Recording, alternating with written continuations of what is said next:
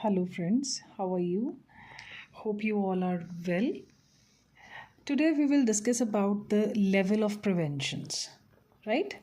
So, first of all, there is perimordial prevention. So, ये एक new concept है. पेरीमोडियल prevention में क्या है कि risk factor reduction targeted toward an entire population through the focus on social and environmental condition. Risk factor को reduce करना, starting से ही रिस्क फैक्टर्स रिड्यूस करते रहना जो उस पर्टिकुलर सोशल और एनवायरनमेंट में जो रिस्क फैक्टर्स हैं उनको पर्टिकुलर टारगेट पॉपुलेशन को सिलेक्ट करके उनको एजुकेट करके हम उसको रिस्क फैक्टर को रिड्यूस कर सकते हैं. इसको बोलते हैं पेरीमोडियल प्रिवेंशन. जैसे कि efforts directed toward the discouraging children from adapting harmful lifestyle. शुरू से ही हम बच्चों को बता सकते हैं कि हार्मफुल लाइफस्टाइल जो है वो नहीं अपनाना है. उस चीज़ के लिए हम उनको एजुकेट करते रहें, थोड़ी थोड़ी देर बाद अवेयर करते रहें कि ओबेसिटी नहीं होने देनी, या ये जो फूड है, इस तरह का फूड है वो नहीं खाना, जंक फूड नहीं खाना. तो ये चीज़ अवेयर करना है. तो इससे क्या होगी, इन फ्यूचर हार्ट डिजीज़ के चांसेस भी कम हो जाएंगे. तो उसको हम बोलेंगे primordial prevention, right. Intervention is through individual and mass education. अब ये जो पेरीमोडियल प्रिवेंशन की इंटरवेंशंस हैं वो हम इंडिविजुअल 1-to-1 एजुकेट करके भी दे सकते हैं और मास एजुकेशन करके भी, हम पूरी ग्रुप को एक एजुकेट करके भी हम उनको अवेयर कर सकते हैं, राइट. अदर है मेन 3 टाइप्स ऑफ प्रिवेंशंस हैं जो हमारे मेन आती हैं. इसमें है first is primary prevention, secondary prevention and tertiary prevention.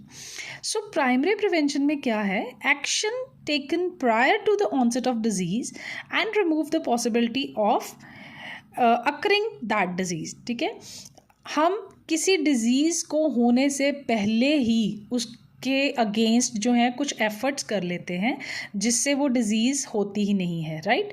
जैसे कि हमें पता है, जैसे डेंगू का सीज़न आ जाता है, डेंगी सीज़न आ जाता है, तो हम उसमें ही क्या करते हैं, स्टार्टिंग से ही जब सीज़न चेंज होता है तभी से हम शुरू हो जाते हैं कि डेंगी सीज़न आने वाला है, अपने घरों में पानी इकट्ठा नहीं होने देना है, या अगर कोई लेक है आसपास या वहाँ पे हमें ऑयल छिड़कना है जिससे कि मॉस्किटोज़ जो हैं वो मर जाएं. सो डेंगू मलेरिया के सीज़न में हम ये पहले ही करना स्टार्ट कर देते हैं ताकि डेंगी का मच्छर पैदा ही ना हो, लार्वा पैदा ही ना हो और वो किसी को काटे ही ना.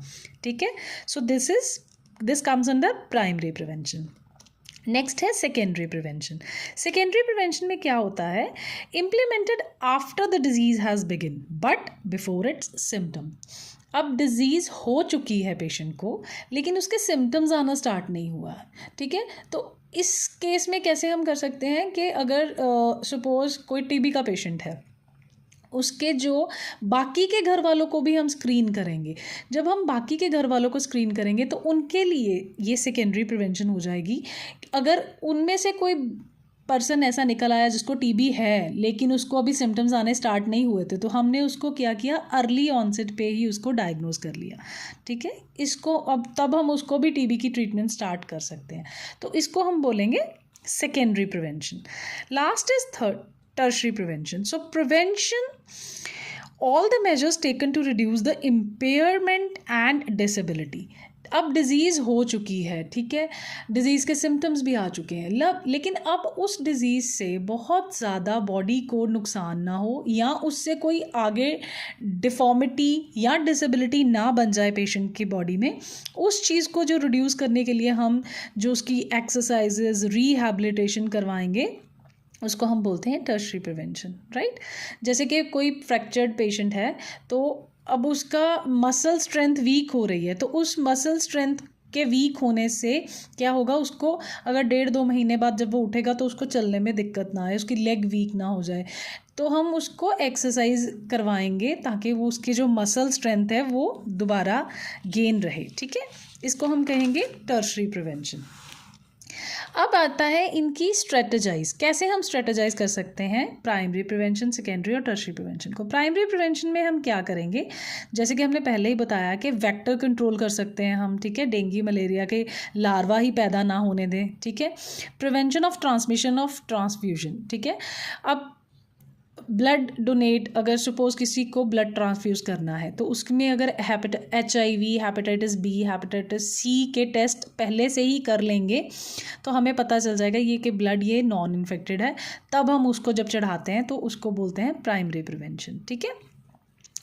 नेक्स्ट आ जाता है सेकेंडरी प्रिवेंशन। सेकेंडरी प्रिवेंशन में जैसे मैंने पहले ही बताया कि स्क्रीनिंग, ठीक है।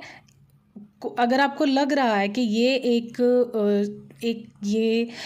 ग्रुप है जो पर्टिकुलरली स्क्रीन होना चाहिए या इनकी स्क्रीनिंग होनी चाहिए किसी पर्टिकुलर डिजीज़ के रिलेटेड, तो हम अगर उनकी स्क्रीनिंग कर लेते हैं, वो हमें केस पॉजिटिव भी मिल जाता है लेकिन उनको सिम्टम्स आने स्टार्ट नहीं हुए, अर्ली स्टेज में वो पकड़ा जाता है, तो हम उसको सेकेंडरी प्रिवेंशन बोलते हैं, ठीक है। उसकी केस फाइंडिंग हो गई, उसकी अर्ली इंटरवेंशंस भी स्टार्ट हो जाती हैं, तो ये है सेकेंडरी प्रिवेंशन की strategy. Tertiary prevention, tertiary prevention में क्या आ जाता है, जैसे पेशेंट को डिजीज़ हो गई है, उसको सिम्टम्स भी आने स्टार्ट हो गए हैं, तो हम उसको सिम्टोमेटिक ट्रीटमेंट देंगे, राइट। उसके अलावा हम फार्माकोलॉजिकल और नॉन फार्माकोलॉजिकल अप्रोच भी जो होती है वो टर्शरी प्रिवेंशन में आती है। नॉन फार्माकोलॉजिकल अप्रोच हो गई, जैसे उसको जैसे मैंने बताया कि एक्सरसाइज करना, एक्टिव पैसिव एक्सरसाइज करना, उसको एजुकेट करना कि आपको अगर सपोज आप हार्ट सर्जरी हुई है, अब आपको ये चीज़ें नहीं करनी है ताकि आप इन फ्यूचर कोई प्रॉब्लम ना हो, ठीक है।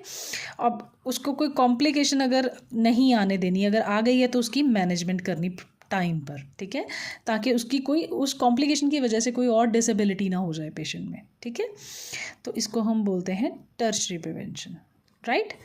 So this is all about the level of preventions, primary, secondary and tertiary, right.